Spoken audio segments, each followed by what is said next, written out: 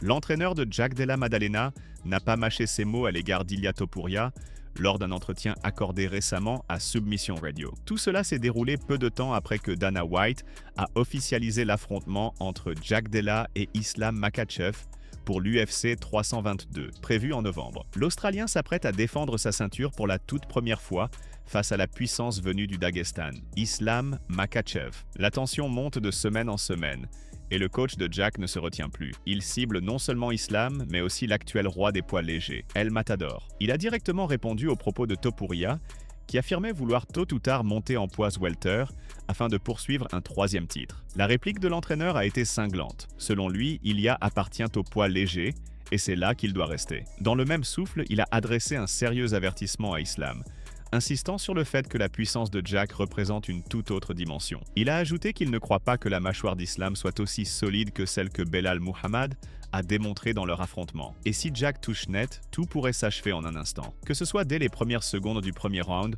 ou dans les dernières minutes de la guerre pour le titre, avec l'endurance et la force de frappe de Jack, son entraîneur est le formel. Islam ne tiendra pas. Voyons ensemble comment le coach de Jack Maddalena s'en prend directement à Ilia Topuria. Ilia Topuria, the lightweight champion, he's trying to climb higher, aiming to move up to welterweight and fight for the belt there. How do I react to that? He says he wants one more title defense and then a step up for a welterweight fight. What if he ended up being my next opponent? He's my height, and I think he should stay where he is. Moving up would be a really bad decision, especially if it means stepping in against Jack. They're essentially the same type of fighter, except Jack is bigger.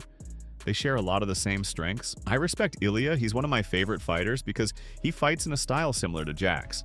They're very much alike. But in my opinion, he shouldn't be jumping 2 weight classes just to fight Jack. We all know this. If Jack lands clean on the chin, anyone can go down. That can happen in the very first minute or in the 24th. Jack enjoys long fights. He likes spending time in the octagon. But of course, we don't get paid for overtime. So if the chance comes, we'll gladly take it. À seulement quelques semaines de son retour dans l'octogone pour une nouvelle défense de titre au sein de sa série devenue légendaire, Merab Dvalishvili a été clair. Certaines affaires ne sont pas encore réglées. En évoquant son combat contre Umar Nurmagomedov, le champion a souligné que tout le battage médiatique autour d'Umar, en grande partie lié à son cousin Khabib, avait donné une tournure personnelle à l'affrontement. Dès l'entrée dans l'arène, Merab dit s'être senti méprisé, et il ne fait pas dans la diplomatie. Il a promis que si un jour une revanche devait avoir lieu, il détruirait Umar, précisant que cette fois, ce serait une affaire purement professionnelle, sans une once de pitié. Le prochain défi du Géorgien est déjà connu, Cory Sandhagen. Ce combat aura lieu dans exactement un mois. Pour de nombreux fans,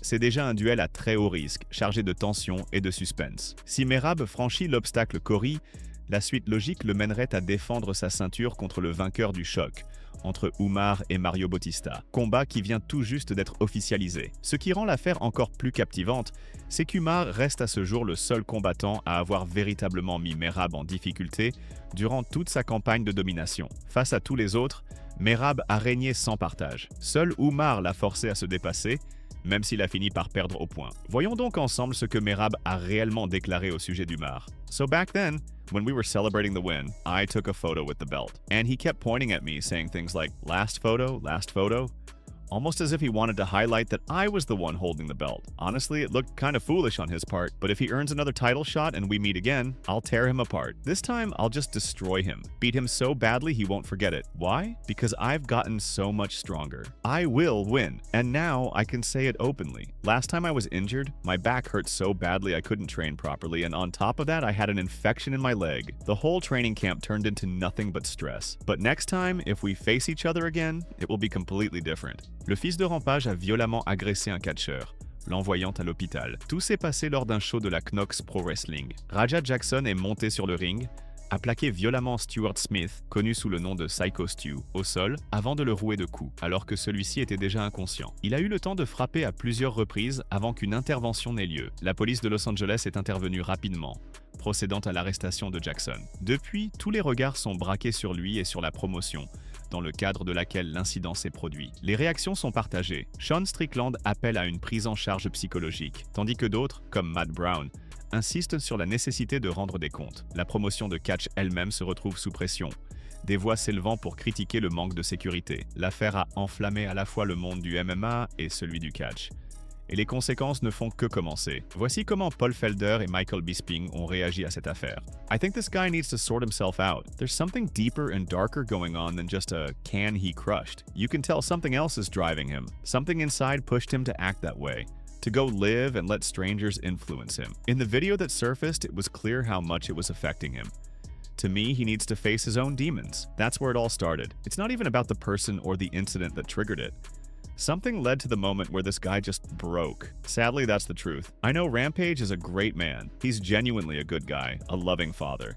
And honestly, he absorbed about 20 shots from someone who knows how to work ground and pound. 6 unanswered strikes in a row. Aljamain Sterling réclame haut et fort un combat pour le titre. Et il n'est pas prêt de se taire. Il explique pourquoi, selon lui, il mérite bien plus cette opportunité que Lerone Murphy, même après le spectaculaire KO infligé par Murphy au jeune Aaron Pico. Sterling reste sur une victoire totalement maîtrisée contre Brian Ortega. Et même si une grande partie des fans voit déjà Murphy comme le prochain challenger d'Alexander Volkanovski, grâce à son palmarès immaculé et à ce fameux KO, les arguments d'Aljo sont solides. Il vient de battre un véritable prétendant, Brian Ortega, un vétéran ayant disputé plusieurs combats pour la ceinture, et au parcours très respecté à l'UFC. Tandis que Pico, que Murphy a terminé, n'a encore rien prouvé de significatif, que ce soit à l'UFC ou même au Bellator, d'après Sterling. En plus de cela, Aljamain s'est bâti un CV impressionnant dans la catégorie des poids plumes. Il a éliminé des adversaires de renom comme Calvin Kattar et Ortega. Et il ne s'est incliné que de très peu face à Movsar Evloev, un lutteur d'élite considéré comme l'un des plus coriaces du circuit. Sterling a également partagé un souvenir personnel, une séance de sparring avec Alexander Volkanovski en personne. Il a reconnu que Volk lui avait infligé une sérieuse leçon ce jour-là, mais qu'il lui avait aussi transmis plusieurs conseils techniques et montré quelques subtilités précieuses. I know a lot of people tried to downplay my win, saying, "You couldn't even finish a half-dead Brian Ortega." But let me ask, who has ever actually finished Ortega? In his whole career, he's only had one fight stopped by a doctor. In our bout, he was just standing there, not reacting, literally waiting for me to shoot for a single so he could grab a guillotine. But I didn't bite. I think it's fair that fans are split on whether I deserve the next shot at Volkanovski. Lerone Murphy, sure, he had a flashy knockout, but it was against a guy with no real name in the UFC and no serious credentials in Bellator. If I hadn't beaten Brian Ortega the way I did, I'd admit maybe Murphy should be the one. But I took out a fighter who fought for the belt twice, gave Volkanovski a world of problems, who was ranked, credible, and respected. I beat someone who truly earned recognition. Murphy's win was entertaining, no doubt, but the question still lingers. Who did he really beat?